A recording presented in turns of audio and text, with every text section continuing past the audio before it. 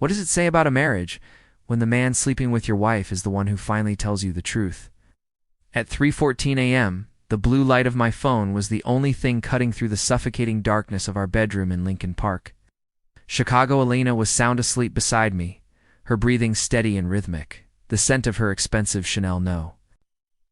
5 lingering on the silk pillowcase, a scent that now smelled like a rotting carcass. The caller ID said unknown, but when I answered, the voice on the other end wasn't a telemarketer or a prankster. It was Mark, the man I'd shared drinks with at the firm's Christmas party, the man who had been systematically dismantling my life for the last 8 months. His voice was trembling, thick with a cocktail of whiskey and regret, and what he said next turned my blood into shards of ice. He didn't just admit to the affair. He told me they were planning to take the house, the savings, and my dignity before the first snow melted. But Mark made one fatal mistake. He assumed I was the kind of man who would just sit there and take it. If you genuinely enjoy our stories, please subscribe to the channel.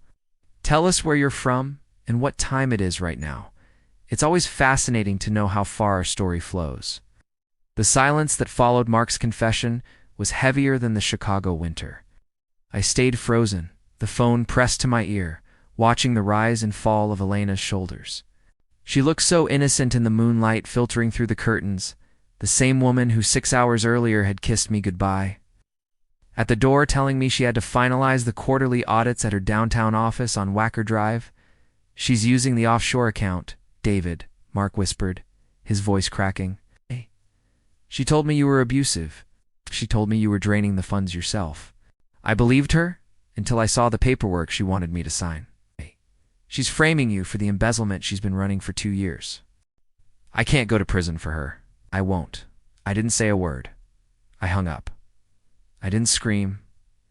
I didn't wake her. I simply walked into the kitchen, poured a glass of bourbon, and watched the city lights flicker over the frozen Chicago River. The signs had been there for months.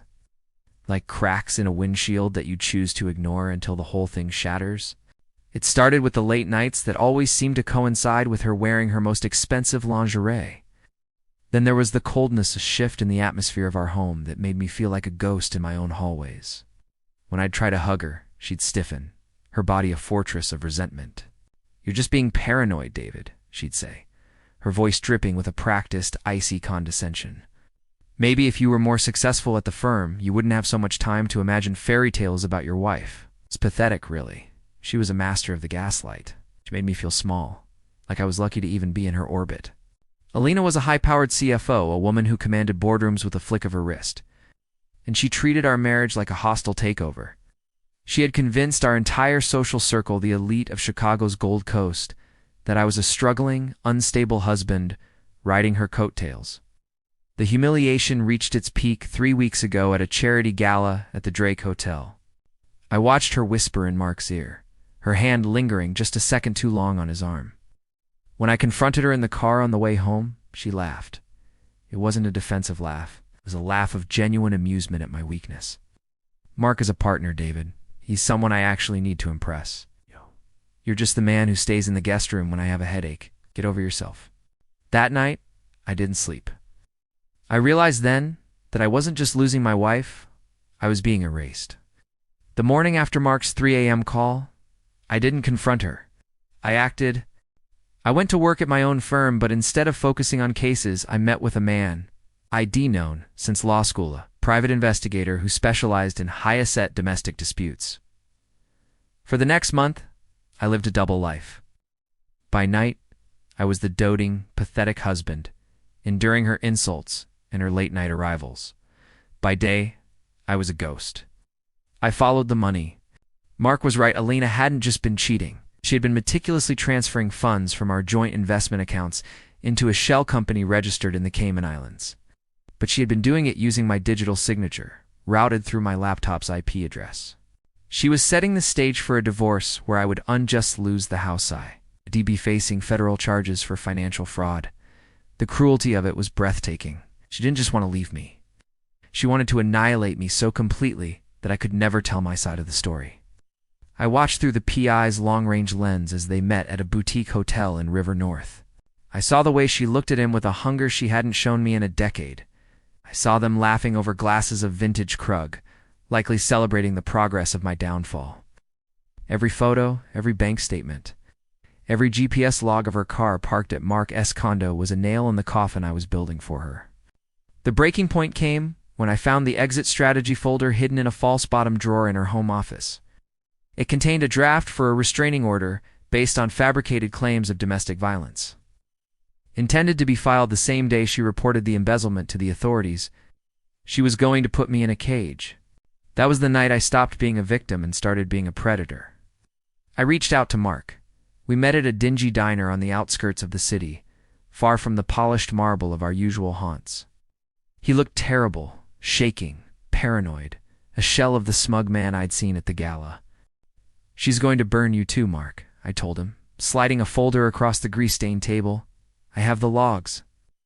She's already started pinning the initial transfers on your department. She doesn't love you. You're just the fall guy with better hair than me." He looked at the evidence and broke. He gave me everything: the emails, the voice notes of her mocking my stupidity, and the exact date she planned to pull the trigger. The trap was set for the annual Founders Circle dinner at the Art Institute of Chicago. It was the biggest night of the year for her firm. Everyone would be there: the CEO, the board of directors, the city's power brokers. Lena had spent weeks preparing, buying a $5,000 gown, making sure she looked like the queen of the industry. As we arrived at the museum, she looked at me with that familiar look of disgust as she adjusted my tie. "Try not to embarrass me tonight, David. Just stand there, look pleasant, and keep your mouth shut. Can you manage that?" "Of course, Alina," I said, smiling. "Tonight is going to be unforgettable." The dinner was held in the shadow of the great masterpieces. During the dessert course, the CEO stood up to give a speech about the firm's record-breaking year.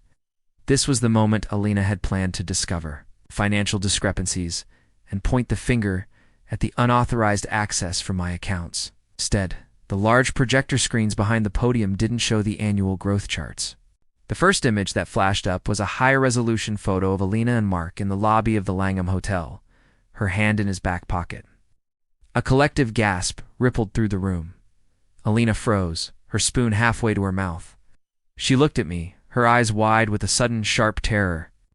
I just took a sip of my wine. The next slide wasn't a photo. It was a screenshot of a text message from Alina to Mark. "Once the police take David away for the fraud, the Lincoln Park house is ours. I've made sure the trail leads straight to his desk. He's too dim-witted to even notice the money's gone." The room went deathly silent. You could hear the hum of the air conditioning. The CEO turned to Alina, his face a mask of fury. "Alina," he asked, his voice low and dangerous. But I wasn't done. The final slide showed the wire transfer records.